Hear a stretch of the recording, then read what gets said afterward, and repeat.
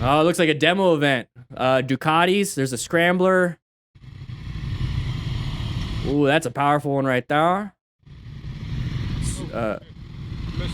Okay. A lot of feet.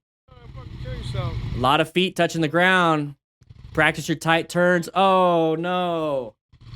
Oh no. Yeah, it's a demo event. We're all pulling out. The guy's holding traffic. What do you think happened? Speed? Was there too much? Nah, I think there's too little speed. Now you could do really slow speed stuff. You know, that wasn't too slow.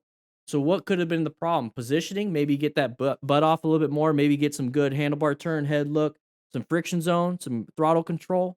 Guys, that's tight turn from a stop right here. So when you go to class and you learn the tight turn from a stop and U-turns and slow speed maneuvers, this is the real life situation where you need to know how to do that. This right here is a tight turn from a stop. Now it's not too tight, but it's still a turn from a stop. So learn your friction zone, learn your throttle control, learn your head movement, body positioning.